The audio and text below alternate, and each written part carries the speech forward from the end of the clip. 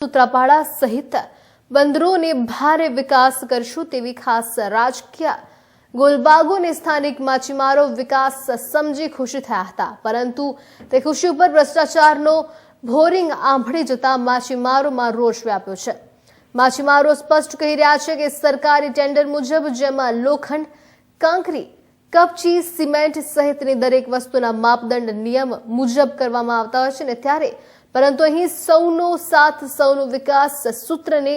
આવડી રીતે અમલમાં મૂકવામાં આવ્યો છે। અહીં નેતાઓ અને કોન્ટ્રાક્ટરો અને અધિકારીઓનું સૌ સારું કામ જ થાય છે અને તેવી વાતો કરી રહ્યા છે,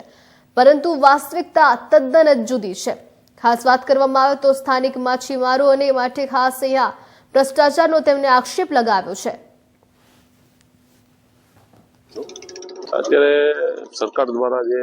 ખરેખર અમારું જે બંદરનું ડેવલપમેન્ટ સારી રીતે થઈ રહ્યું છે, તેમાં કરોડો રૂપિયા સરકાર દ્વારા આપવામાં આવે છે। એ ખૂબ સારી વાત છે કે સરકાર અમારા માછીમારોનું ખૂબ જ ધ્યાન આપે છે અને વિકાસ માટે પણ સરકાર અમને બહુ મદદ કરે છે। માછીમાર દિન પ્રતિદિન સરકારની એક નજર છે કે દિન પ્રતિદિન આગળ વધે, કારણ કે માછીમાર થોડાક વર્ષોમાં થોડોક ડૂબી ગયેલો છે અને સરકારની હવે નજર થઈ છે કે માછીમાર આગળ વધે એના માટે બહુ પ્રયત્ન કરે છે। પણ આ પ્રયત્નની અંદરમાં જે કામો થાય છે, જે સરકાર પૈસા આપે છે અને કામ માટે આપે છે, બંદરના ડેવલપમેન્ટમાં આપે છે,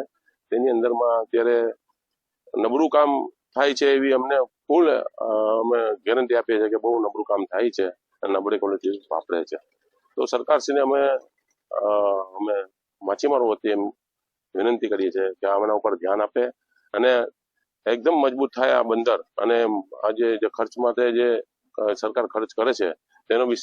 સારો સાર્થક રીતે પૈસો વપરાય અને મજબૂત બંદર બને તો કાયમી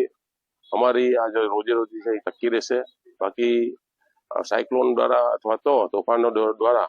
આ બંદરનું ધોવાણ થઈ છે જો અમારે ધ્યાન નહીં આપે તો। આ બાબતે અમારે ફરિયાદો વારંવાર બધી બાજુ તો કરેલી છે, પણ અત્યાર સુધી પણ ટીમો આવે છે અને એનું નેગોશિએશન કરે છે,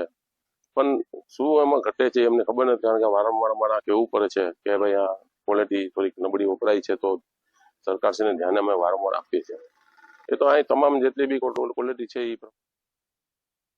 પાણી રીતે વેરફાઈ રહ્યા છે ખોટી રીતે। એ જ હું તમને કહેવા માંગુ છું કે હજી સુધી સમુદ્રમાં મૂક્યા નથી, એની પહેલા જો આવી પરિસ્થિતિ તિરાડ પડવાની ચાલુ જો થઈ ગઈ હોય અને એકદમથી આવી રીતે થઈ ગઈ